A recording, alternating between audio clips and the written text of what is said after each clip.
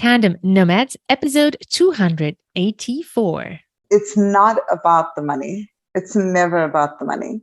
If ever you're struggling financially, it's often about everything else. So always look at what's going on within your body. What are your triggers? Use your emotions as a guidepost. Don't run from them. Hello, Nomad Nation. Welcome to Tandem Nomads, the podcast show and entrepreneurship platform where you can find great resources and tips to grow a successful portable business that is aligned with their lifestyle and that allows you to have the flexibility that you need while making impact and generating revenue. This is your host, Emel Deregi. I'm a business and marketing coach and the founder of Tandem Nomads. Today's episode is all about money and, most importantly, our relationship with money. I truly believe that it's important to realize that while we're building our businesses, we're actually exchanging value with our clients and trying to create that revenue that makes us live the lifestyle we want. But sometimes when we struggle to make that revenue, it often has to do more with the way you perceive your relationship with money, how you engage with money, more than your strategies. So this is why I wanted to have a great guest to talk about this topic with you, Vangile. Vangile, are you ready for this ride? I am. I can't wait. Yay. So Nomad Nation, Vangile Makwakwa is an author, speaker, world traveler, founder of Wealthy Money, wealth coach. She's a yogi and a podcast host. She's also passionate about helping people heal their ancestor money trauma so that they can unlock their inner money guru and thrive. Vangile, I just loved when I received your bio and when I heard about money trauma. This is something that I know that actually happens by working with my clients and even in my own journey, but I never saw it put that way, and I love it. So I can't wait for you to tell me more about that. But before we get into talking about money together, would love to dive into who you are. So if you can give us a bit of a sneak peek of your background and your lifestyle, your journey, where you're now. Well, right now I'm in Huatulco, Mexico, which is on the coastal town of Mexico. I am originally from South Africa. I help women of color mainly heal ancestral money traumas so they can fall in love with their bank accounts, increase income, and live their best lives. But I've also been a traveler. Like I've been doing this travel nomad life since 2005, right after university. Everybody got out of university and got a job after like 3 years, 4 years at university. I studied finance. I decided to just pack up and leave and keep traveling. I'm sure that most nomads listening on here may resonate. The idea was to go traveling for 2 years, then I'd go back home and I'd find a proper job. I'd get it out of my system. Well, we're now in 2022. I can tell you guys it's been many, many countries later. So many, many different discoveries, trying to learn new languages, and it's not out of my system. How many years did you say was that? Now it's about 17 years of traveling. I did take a break, in all fairness, 2011 to 2014. I took a break, went back to South Africa, bought property. That's how I got out of debt. Those were the years when I got out of debt because I used the credit cards to travel when I started out because I was straight out of university. I didn't have any money and it just became this really terrible habit. And then I went to the US to get an MBA. All this was also just me trying to get out of traveling because I thought it was the issue. If I could stop traveling, then I could make money, I could save money. I fell into that way of thinking. So I went home for 3 years, got a property, got out of debt, all that. And I thought, that's it. Like, I'm going to settle down. And then literally mid 2014, I remember it was maybe, I just finished buying my property. So it was like around about September. I got a coach. I went back to my previous coach And I asked her, please, can you work with me again? Something's not right. Like, I'm waking up, I'm crying, I'm not sure what the heck is going on. And then maybe like 3 sessions in, one day she asked me, what do you want? What's going on with you? I was like, this doesn't make any sense. I've got this gorgeous apartment that has an ocean view. I'm right next to the ocean. Like, I have my life finally together, and all I'm doing is dreaming about the Caribbean. I feel like I just want to be somewhere in Tobago. I want to be in the waters. I want to be talking to people. I want to be meeting new people. I was like, this doesn't make sense. I already have an ocean. What's wrong with me? Wow, that's so cool. And you did it. Yeah, 3 months later, I was back in Trinidad and I was back in Tobago. Okay. That was the beginning of the end. And funny enough, I convinced myself it was for a vacation. I was like, this is just a short vacation. Then I went to Brazil. I was like, just another mini vacation. It's only when I found myself in India, like a few months later, where I was like, this is a vacation that is not going to stop. Let me rent out the apartment and just do this properly. Love it. Love it. Oh my God. What a journey. What an exciting journey. And my attention got piqued when you said something, and it might be a great segue to the topic of this episode. You were talking about how you got into debt and then how you went back to South Africa, got out of debt. And it's one of your things, right? You really help people with the money, especially those who are in debt, to embrace money. So we're going to talk about that. But I'm curious about, first of all, what you were talking about. You got into debt because you were living out of credit cards to sustain your travels and all of that. But then you went to South Africa and bought a property. So can you just explain this whole thing, like going from debt to actually buying a property? It seems like there's a shortcut here. Like, how do you go from actually being in debt to buying a property? Oh my gosh. So can I also just say how I got out of debt was the opposite of how most of us as nomads live and think. My debt was denominated in US dollars and pounds because I got it when I was living in the UK and when I was living in the US. And I decided to get out of debt by going back to South Africa and earning South African rands to pay off pounds and That's US even dollars. Crazier, right? And here's the reason. So here's the shortcut and how I did that. Because I was $60,000 in debt and I paid off my debt from 2012. So I went back to South Africa in 2012 and it took me about 3 years. I had already started paying back the debt in 2011 when I was in the US, but it took me about 3.5 years because by mid 2014, I was debt free by September 2014. And I had also saved up like $50,000 and I had $50,000 in my bank account. So how did this happen? There is a sort of shortcut. I don't want to call it a shortcut. What I started to understand was that a lot of my debt was being driven by shame. And my shame was so overwhelming. It literally was depression as well. Like, it was causing a lot of depression. And also there was so much anxiety that I had about money. I used to have panic attacks for about 2 years of my life, between 2009 and 2010. I really, really struggled with panic attacks around money when I was in Boston, and I couldn't handle money. I couldn't touch money. I couldn't pay for things without panicking. It was such a constant conscious effort for me. So that kind of helped me realize that there was more going on with me than just debt.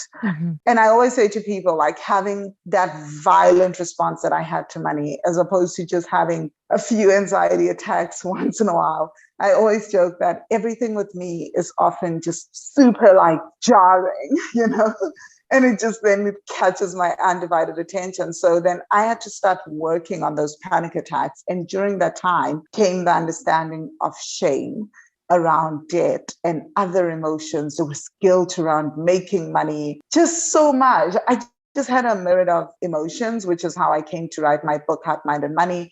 I started researching emotions around money. One of the things that I started doing was working with my emotions around money. And I started sitting with the shame around debt. One of the first things I then did was I created a debt repayment strategy. So I brought my coach, the same one that I went and rehired when I was not feeling okay and couldn't understand what was happening. It was the first ever life coach I'd ever worked with. I don't think I even knew what the heck a life coach was. But one of my friends who's a therapist was like, I think this is what you need. Talk to her. And she's American. And she's like, well, this woman is South African. I think that she may be great for you. So then she helped me understand about what was going on with me in terms of emotions. Then I took it a step further. I started looking into emotions and the body. And I started to understand that whenever we handle money, something is triggered within us at a very subconscious level. Memories that we have around money, the meanings that we've tied to money, all sorts of things, the traumas, some of our deepest traumas are sometimes triggered really, really subtly, and we don't even understand it. And whenever I have an emotion around money, all these triggers, then it impacts my behavior with money and how I behave with money. And for me in particular, it was impacting me to get rid of money because money didn't feel safe. I associated money with family violence. Whenever people in my family had money, especially on my maternal side, there was a lot of envy and sometimes physical and verbal violence. I realized that, I thought that I'd grown up ancestrally, that, oh my gosh, we struggled with money. We never had money. But what I realized was that in my mom's side of the family, almost everyone has a university degree, some kind of master's or PhD or something. So it was really, really crazy. And I just realized that, wow, I grew up around people who were professionals and making money. The problem was never the making of the money, just like people being educated. It was keeping it. It was keeping it. And it was also just allowing yourself to thrive because there was so much violence. When I say violence, it was really crazy. So as a child, I would freak out and get triggered. So what did I do? The same pattern. I got an MBA when I was in the US. I graduated with my MBA at the end of 2008. And as soon as I started making money, I couldn't hold on to it. And when I tried to force myself to hold on to it because of all that fancy education, I was freaking out and getting rid of money to keep myself safe. So the first thing I did was to work on regulating my nervous system so that I could feel safe enough, not just making money, but holding money, and safe it so that my nervous system could also be regulated enough that when I felt safe enough to make money, I could give myself that time. I wasn't being overwhelmed and freaking out and getting rid of money as soon as I made it. I would actually have the time to pause, to think, to go back to the debt repayment plan and stick to it and say, I'm going to pay off my smallest debts and just pay those off first. And then as I started to feel more regulated, when I was in South Africa, I got a part-time job and then I started a business. I'd always believed that I shut down my other business, 2 businesses, in fact, more like 3 businesses. So I went through a series of businesses all in 1 year. In 2010 in particular, I shut down 3 businesses. So the one business that was left operating, I also shut it down. And I gave myself permission to start something brand new. And I told myself it's okay. This is not about failure. So I got rid of the notion of what failure looked like. And I got real with myself. And I gave myself permission to start a brand new business, to go get a part-time job so I didn't have to stress. And I said to myself, well, the part-time job is so that you can live off of it. And then the business income is going to be used to pay off debt. And I honestly didn't expect my business to turn into what it is now, but that was just the idea. So I just published my book, Heart, Mind, and Money, because I'd already paid off like at least 50% of my debt by then. This was so miraculous to me. I started teaching people what I was doing. And literally within 3.5 years, I was debt-free. I had paid off $60,000 in debt using South African rands. Amazing. What a story. I'm so fascinated. And I knew when I read your bio and everything that it was going to be really juicy, but this is so good. And I loved how you told your story while still giving some great nuggets here that I really want to highlight. It's this whole thing when we talked about relationship with money. We talk a lot about money mindset in our field of business, and we talk a lot about money, maybe relationship, but there's one thing that you talk about is money trauma, and your trauma, you shared it with us. For other people, it might be something else, but I feel like just watching our history and figuring out what are the patterns that we've been taught around money is actually influencing our relationship with money today, be it about making money or how we spend it, where one or the other. Both are important to run a successful business, right? So this is really interesting. So I'm curious to know if you have any tips about maybe how to identify, like, first of all, what kind of relationship with money do we have? And then what to do from it? Yes, that's such a beautiful question. So the first thing I say to people is, without judgment, try to look at your bank account every day. So if you're struggling, I'll talk about two things: spending money and making money. When it comes to spending money, spend 5 minutes a day looking at your bank account, and then just close your eyes and just observe your breathing for another 5 minutes and observe what's going on in your body. So when you're doing this, you're literally just retraining your amygdala to realize that there is no danger, because even though we have evolved, the amygdala, the reptilian part of the brain, has not evolved in the same way that we have evolved in 2000 years. This is why, as humans, we're still operating with the same base instincts. You're like, how is it that we have built all this and we're still doing the same things to each other that we did 2000 years ago? Well, because research shows that the amygdala is the same. It hasn't evolved. So now you're retraining the amygdala to think differently. But not only that, as you're feeling the sensations in your body and not reacting, you're retraining your nervous system not to freak out and go into hypervigilance, freeze mode, etc., where money is concerned. Super, super important, because those nervous system reactions are going to impact how you behave with money.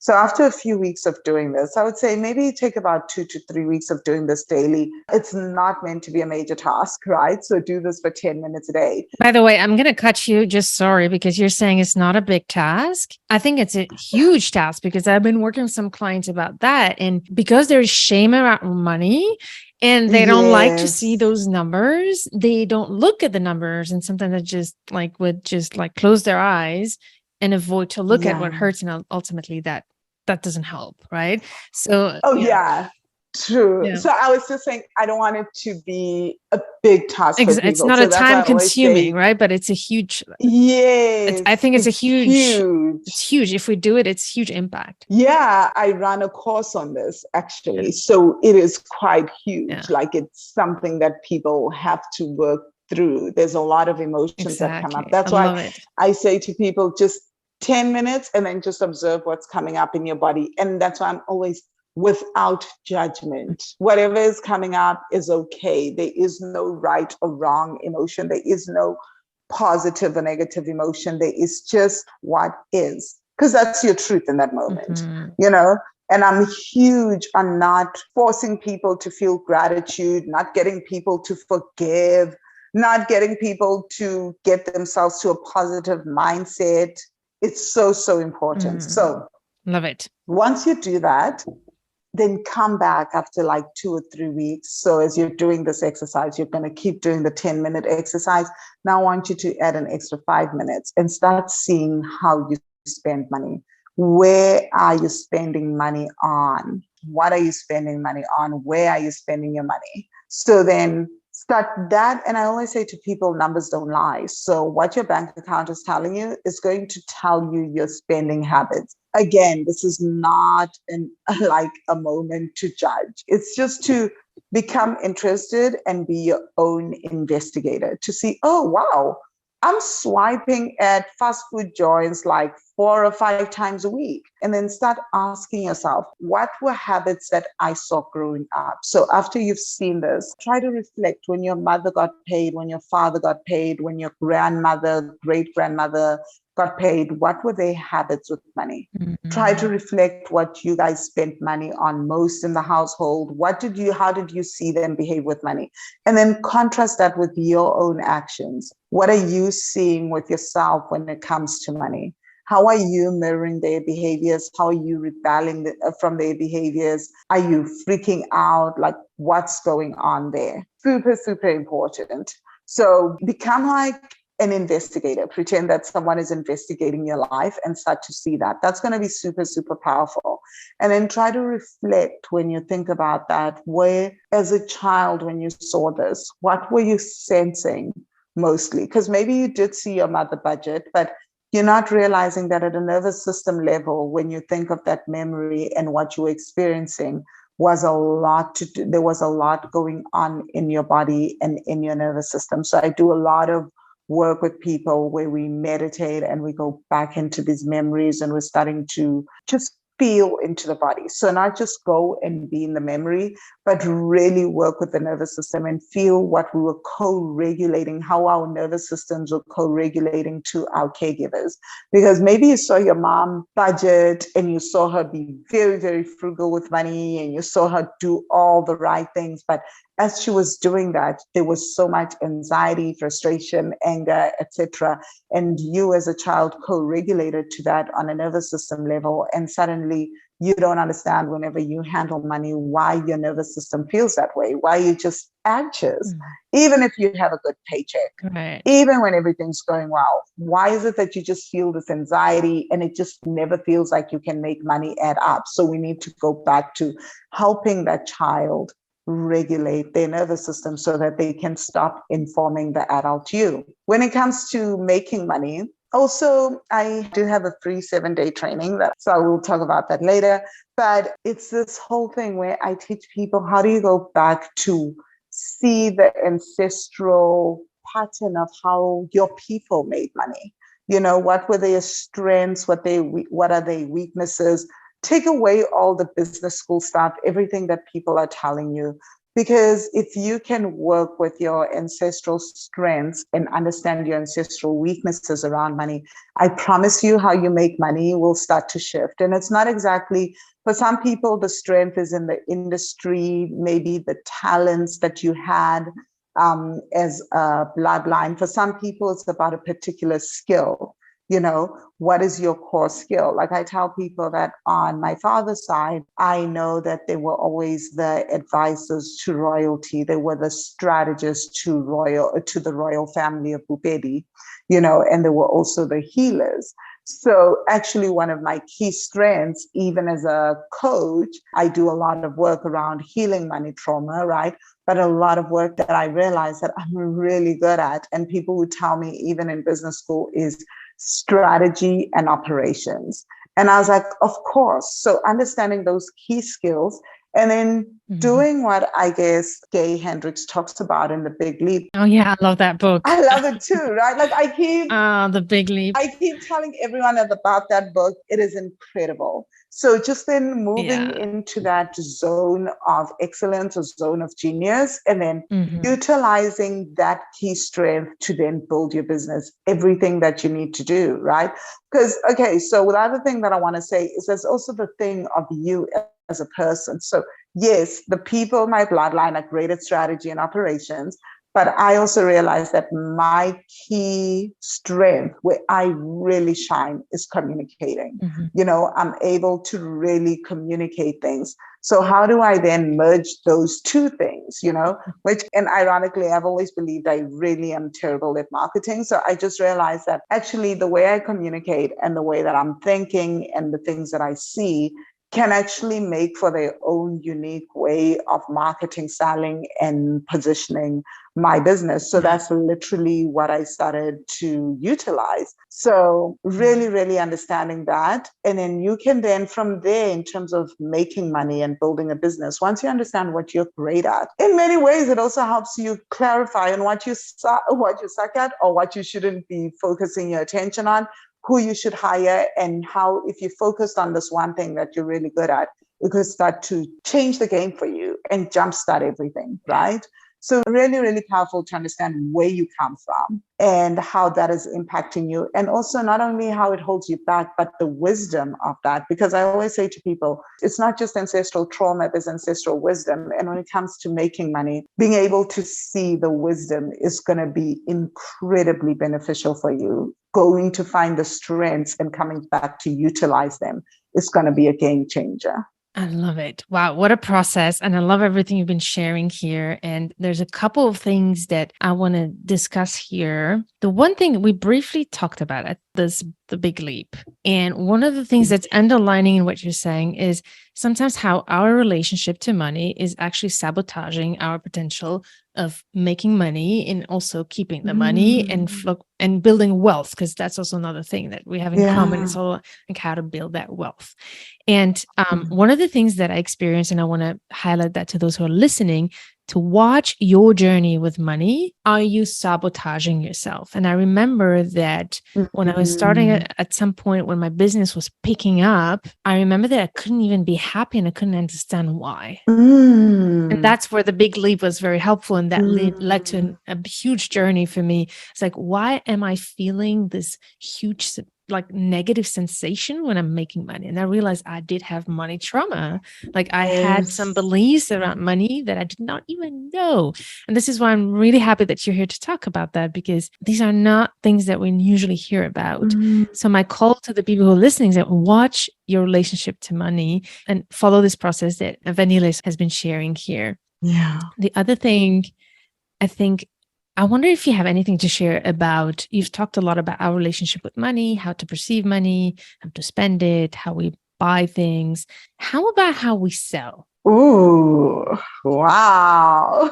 So this is a topic I am becoming more and more deeply passionate about. And here's why. I think when I started as a coach, and I don't know if you've heard this as well, and now I would be told, never ever leave a discovery call without taking someone's credit card details. You know, like what? Yeah, that's what I was. Really? Oh my gosh, Okay. it was so crazy. Never, like if someone says if someone is at a yes, then make sure that like you don't hop off without getting them to sign and to get their details and everything. And that feels heavy to me. It does, right? And I couldn't understand why I couldn't sell, like literally, obviously. And it felt heavy. And then I also thought I was terrible at selling, like I said, right? Like at marketing. And I realized that that's because I thought of marketing as persuasion, that when I was selling whatever I was selling, I believe that it meant that I had to persuade people. I had even the terms that I used in the marketing space, overcome people's objections, you know? And I was like, what? And I thought that's what I had to do. I needed to be ready. But then I realized that even before, if I was writing a post to sell something, I was doing a video or a podcast, I was more concerned with overcoming objections. So I was already tailoring what I was saying to overcome people's objections, as opposed to what I do now, which is I just want to connect. And I have to trust, like I truly believe that the truth has a particular vibration to it. When it lands, and it lands for the people that it's meant for, they will sense it. That my job is just to truly do my work, you know, and just do my work within integrity. And then people will sense that, right? And then I don't have to push. I don't have to manipulate. I don't have to get people's credit card details. So my idea of selling and marketing has changed to one of how do I create a safe space for people to make a decision that is in alignment with what their spirit and soul wants. That's completely different from how do I overcome objectives? How do I push and sell? And, you know, it's not about that. Because I was like, how do I stay with the work that I do at all times? And it's about creating a safe space. So when I sell now, we even ask people there's a two-step process. First, they have a discovery call with my client onboarding specialist, and they are able to WhatsApp her and keep in touch with her, and then have a call with me later. Because I realize that sometimes when people have a call with me, they feel like they need to go straight to being like, yes, having their everything in order, and they have that pressure that they feel, So I was like, no more of that. Let them have a call with my client onboarding specialist, and then they get to ask all the questions. And also because I would get upset and annoyed and be like, why are you on this call if you have these questions, in my head? So I was like, energetically, people are probably sensing that. So how do I create a safe space where they feel safe enough to ask all those questions? And then when they're ready, they come back to my client onboarding specialist, and then she books a call with me. By the time they come to me, they feel super ready. And they've also had time to really reflect if this is the decision for them. So by the time they make this decision, they also feel really good within their nervous systems. And with my client onboarding specialist, she then gives them ideas. They can come, ask, say things like, I'm ready for this course, I'm ready for this program, whatever Vangile is offering, but what I really, I'm not sure how to make it happen. And she will actually sit with them and work with them and say, these are ideas that I think that you need to do. Go look at your bank account. When you look at it, look at this, and see how you can make this happen so that you do this from a space that is not putting you into more credit card debt or jeopardy. So it's really, really awesome. It's a whole different way that I've changed how to market, to the point where me and my client onboarding specialist will meet and say, okay, she says she's got X amount. If she does this, this is how much it will put her in debt. Then I'll say, tell her to wait 3 months and then she can come back, or he or she can come back and work with you, keep in touch with them, and see how even before they make that decision, we can get them to a place where the decision to be in my programs or work with me is not dysregulating the nervous system even more, because it's not causing tension, And what I've seen when I've done that has been incredible. I mean, on my podcast, the Money Magic podcast, I literally interview my own clients for their breakthroughs and their aha moments around trauma, because I'm like, it's so amazing, because then people are shifting so radically in that regard, right? It's just, I've changed to just thinking of it as, how do I create a safe space for people to make decisions? That's how a decision that is more in alignment with them. That's how I'm seeing the selling and marketing process. So you seem to have had a lot of experience in that, right? And I love creating the safe space is just an amazing way to reframe the selling process, right? Yeah. I consider, for me, marketing and selling, it's about helping. Yes. When I sell, I don't never say I'm selling, I'm coaching the sale, or coaching the buy. I'm coaching people through the decision-making process to make sure that's the right decision for them. And I think that's really important and that energy is whole different. I'm here to help you make the right decision for you. I'm not attached to the results. Oh, I love that so much. I love that. I think that's very aligned to what you were saying. But here's the thing that I wonder what you would say, because I know, working with some clients, that just the effort of reaching out to people and making an offer is already that first barrier, right? Like, or for example, putting out an email and making an offer, but then not even daring to follow up because we don't want to bother people, and because we feel like we're putting pressure on them. Any insights on that you want to share? Like, how to actually, on top of being on the call and creating the safe space and having that mindset shift, what is the other shift that we can have to actually feel that it's okay to reach out to people to make an offer? Yeah. I think the shift that you can work with that is, I think for most of us, it's the fear of rejection, right? It's two things. It's two-sided. It's the fear of rejection and the fear of bothering people. Exactly. Right? So just like working with that and sitting with that, and then just asking yourself, like, I love to ask myself, if I wasn't struggling with the fear of bothering people, I wasn't scared of being rejected, how would I then approach this person and what would feel good in terms of following up with them. Mm-hmm. And I think also the other thing is when I follow up, the issue is that you feel like you're going to be bothering people. What we love to do is to ask for permission from people to say, okay, so we've just had this conversation. Would you be okay with me following up with you again? So I'm assuming that if someone is on my mailing list, they want to, and they've signed up for a free program, and they know at the end of the program that they're going to be pitched to, and they still sign up, you've given me permission to keep emailing you and reminding you about the offer. So that's an easy one. But what happens if you're on the phone with a person and then you keep following up several times?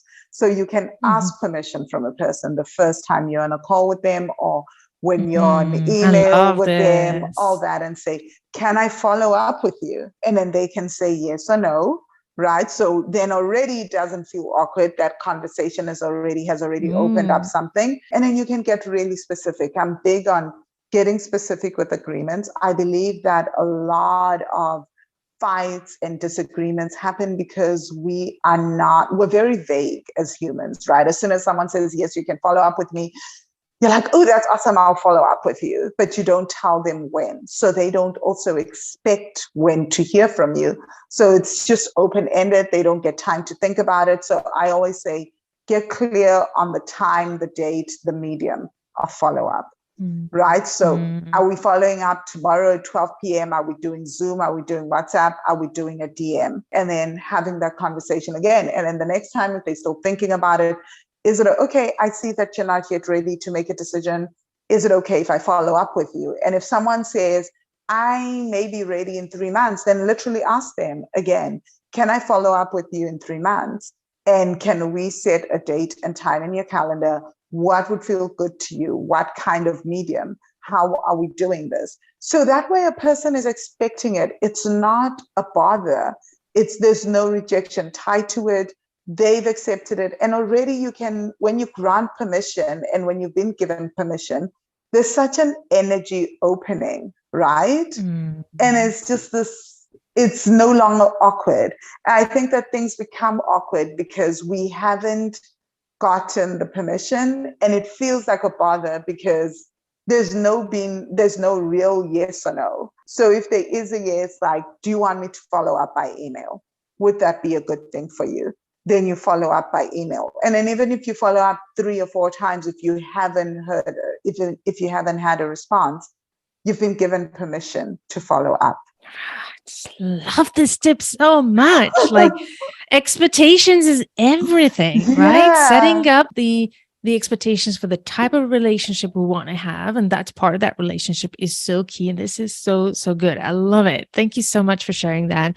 And I hope those of you who are listening are just getting as excited as I am right now, because I think these are simple things you can do to also keep ourselves accountable, right? Yes. To keep ourselves accountable. I'm going to follow up, and how can I do it in a way that works for you? And then we feel better about it. So I love that.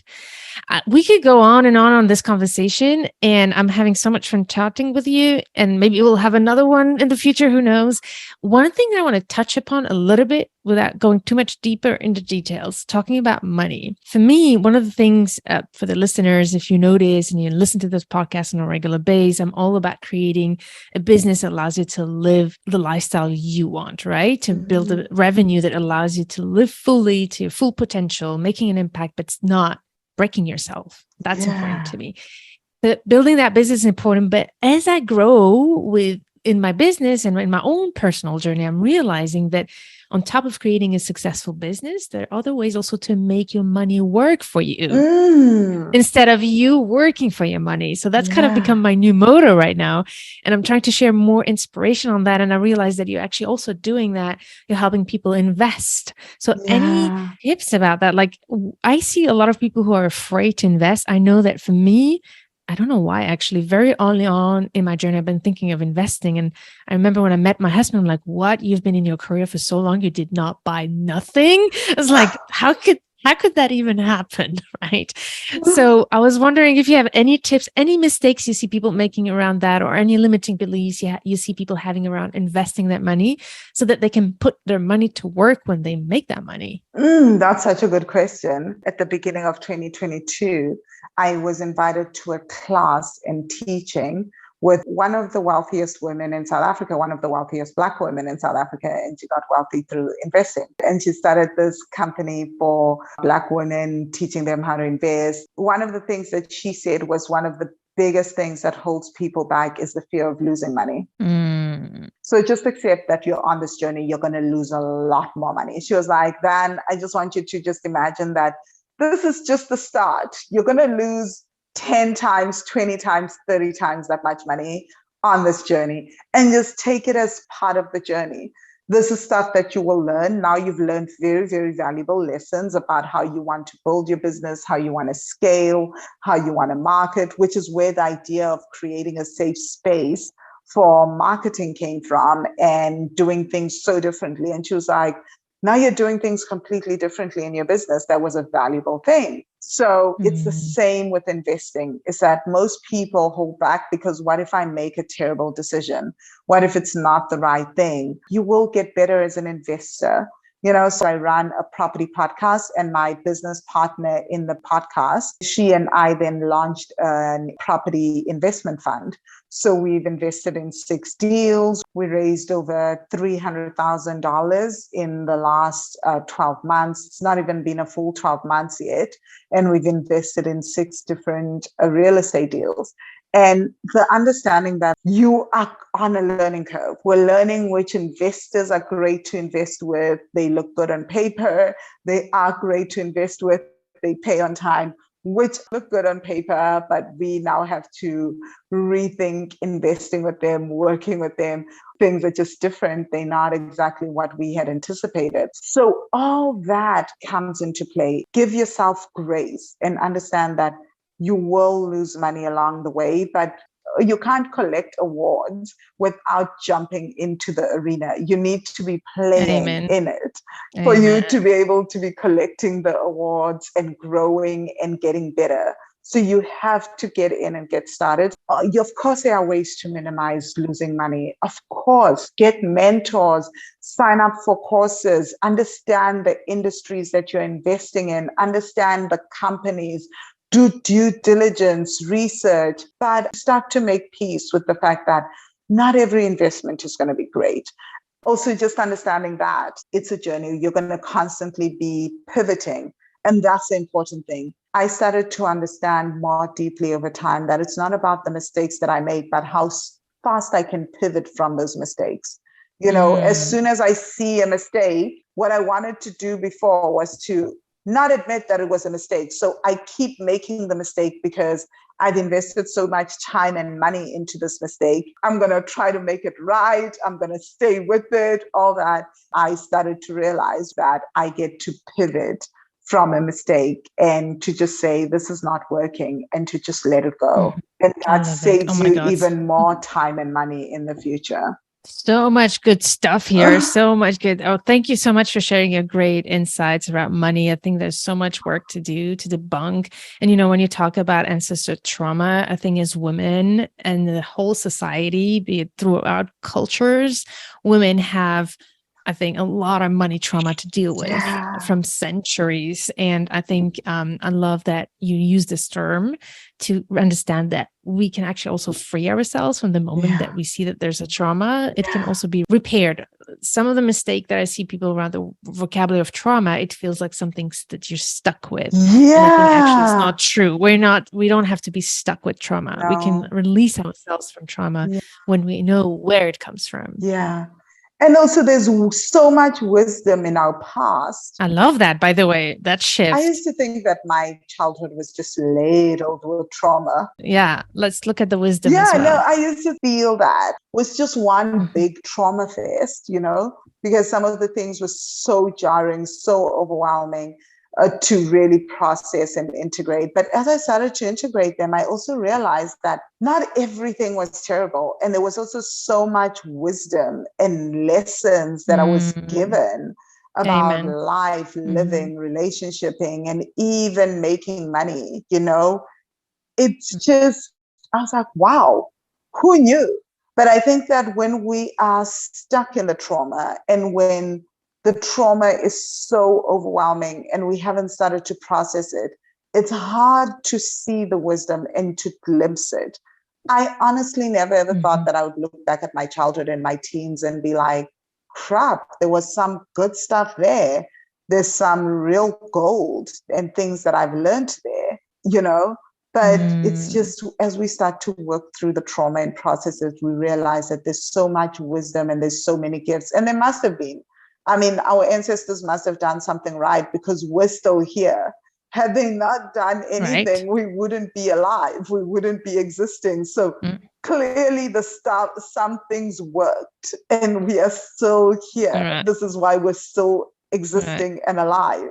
I love it. Such a great message to share for the end of this episode. Before we say goodbye, can you tell us where we can find you and anything that's happening that you want to share with us? Yes, definitely. Find me on Wealthy Money at wealthy-money.com. Again, wealthy-money.com. When you get on the landing page, just read through that. You'll get access to it shares all the different programs that I have going on. Definitely check out the free blog and the podcast, right? Because the blog articles, I've got over 300 blog articles on just money, trauma, and investing. So quite a lot of incredible information on there. Lots of stuff around real estate investing as well. And also, if you want to check out my free 7-day Tapping into Ancestral Money Wisdom program, where a lot of it is really about how do you make money using your ancestral gifts. And at the end of that, I will also tell you about my programs on day 7 of the training. So definitely check it out at wealthy-money.com/training. Fabulous. Thank you so much. And Nomad Nation, if you want to find all the information that she shared, I will also share everything about Vangile in the show notes of this episode on tandemnomads.com/284. Thank you again. It's been amazing to be able to chat with you. It's been really a fascinating conversation. Thank you so much, Amal. This has been amazing. Thank you to all the listeners. My pleasure. So Nomad Nation, stay tuned. We can't wait to hear from you if you have any feedback about this episode. And as usual, make sure to turn all your challenges into great opportunities.